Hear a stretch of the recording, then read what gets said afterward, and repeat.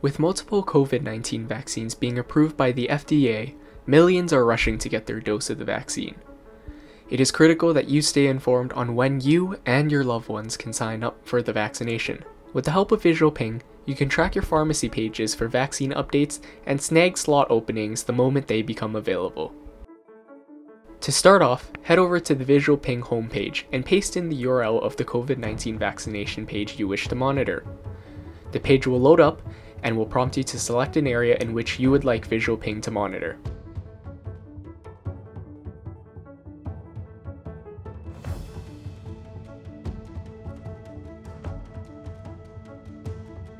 Once you have narrowed down your selection, you can name this job to your liking.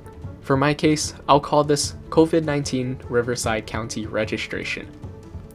Make sure in advanced settings that this is set to Visual Compare, and then set your desired frequency of checks. I'll put this to check for every hour. Lastly, enter the email you wish the alerts to be sent to, and click Start Monitoring.